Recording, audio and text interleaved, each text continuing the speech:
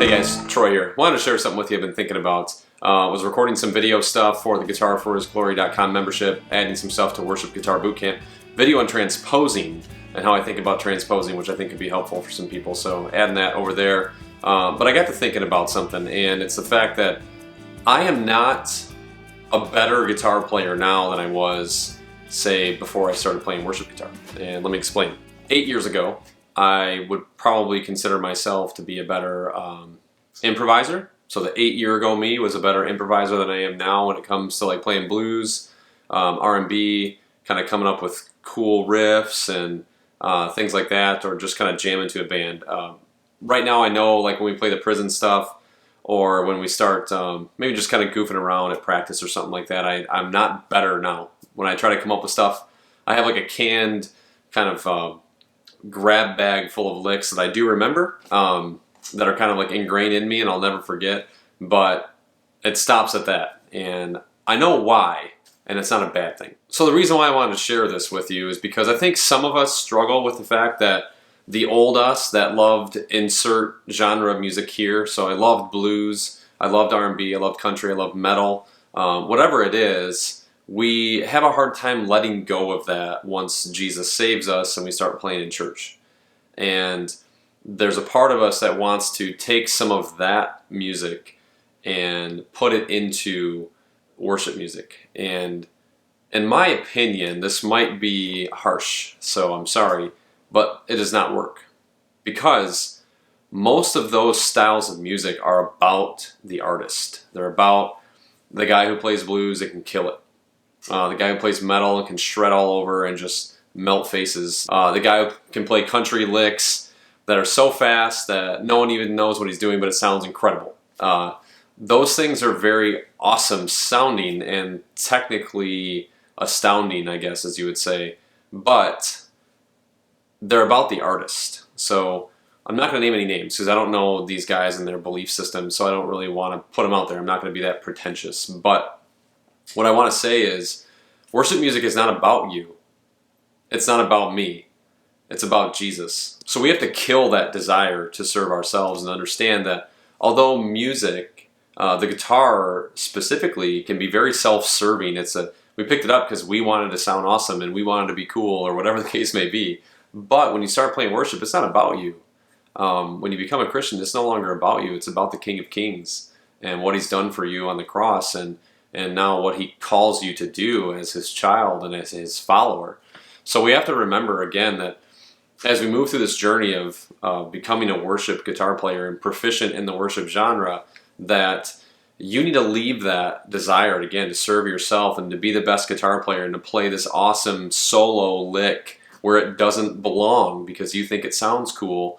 And you could do that 5 years ago when you were in a metal band or in a blues band. It just does not work here. It's not for you.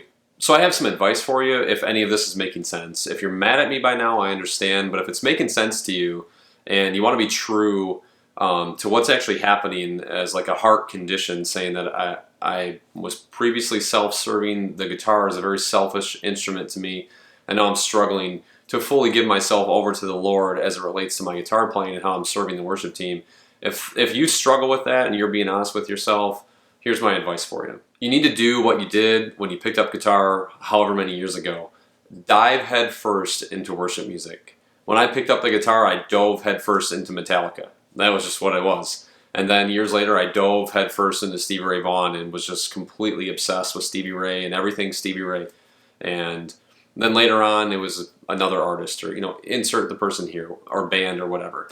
But when I got saved and I decided to start using my talent for the Lord and He convicted me of that, I dove headfirst into worship music, and that's all I play. So I play rock and roll music for the prisons, and I just got into that last year, so it's something new for me to go back into that style of music, and I'm finding it difficult to play. But I'm doing it so I can go into the prisons and share the gospel with people. I'm not doing it so I can go into a bar and have people cheer for me. But since I dove headfirst into worship music, that's all I play, I've noticed that I've become a better worship guitar player, and that's what I'm good at. I'm no longer great at playing blues. I'm no longer great at playing rock and roll, but I consider my talents to lie in the worship guitar genre because that's all I focus on. when I play guitar, I live, eat, breathe, sleep, worship music. I'm always listening to worship music. I'm always trying to figure out guitar parts. I'm always trying to dissect guitar parts and the tones and analyze what's happening. And so I'm really into this thing, if you can't tell. This is like my gig. I have a family that I love, a wife that I adore, 2 kids that I just can't get enough of, and a career.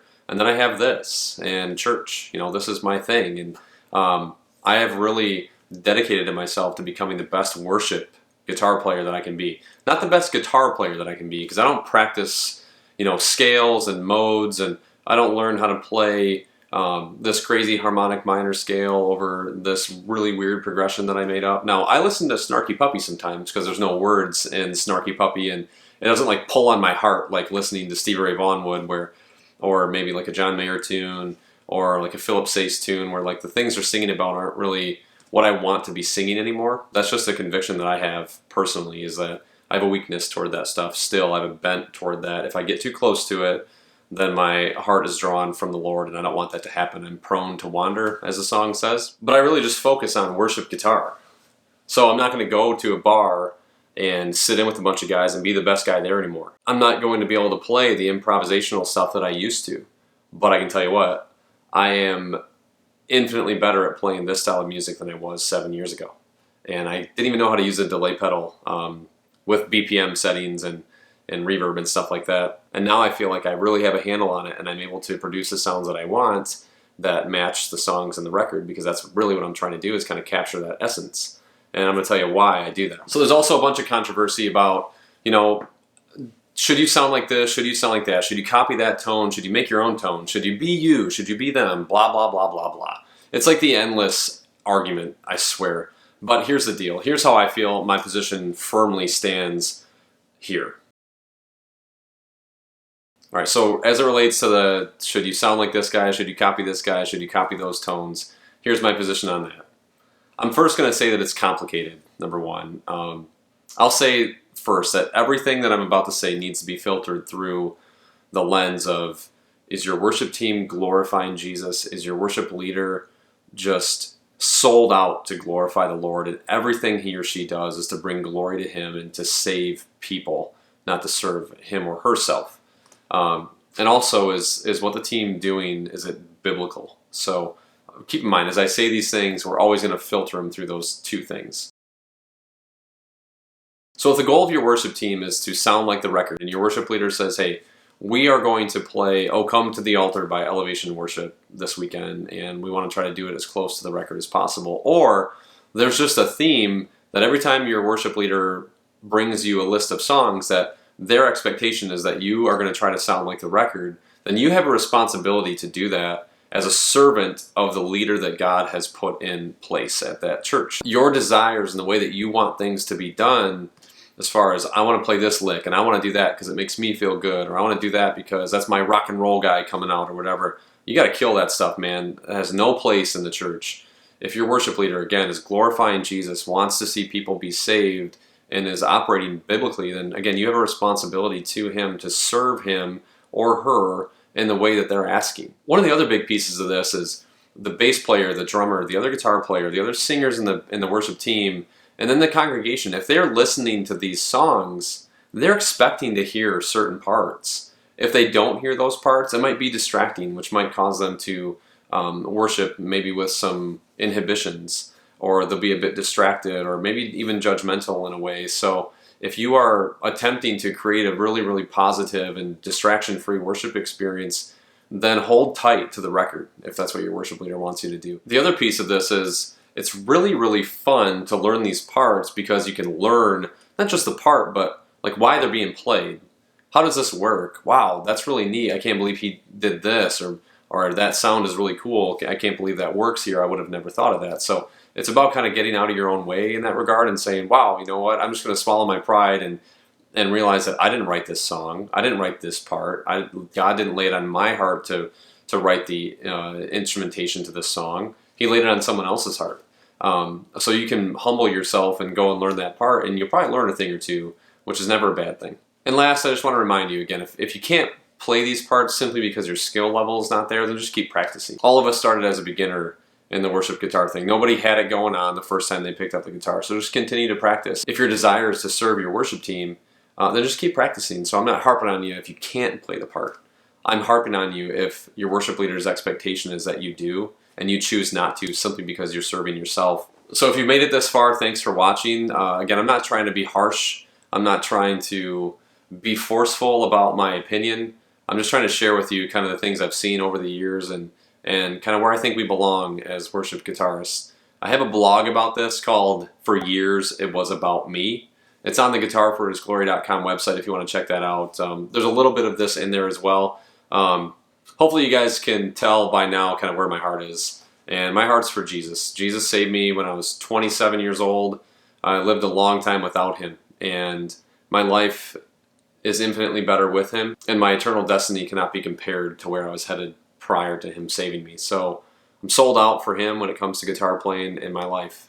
And I just want you to know that I'm speaking this to you out of love. If you're one of the people that I seem to be talking about here, I have a lot of love for the church and the worship team and the role that we play in glorifying the Lord. And I just want to speak some words of encouragement to you and hopefully some challenging words to you. So again, I hope it was helpful. If you have any questions, I would say shoot me an email at guitarforhisglory@gmail.com. If you have negative things to say, you can leave them in the comments. That's fine. I can't guarantee that I'm going to keep them there if they're going to result in kind of infighting.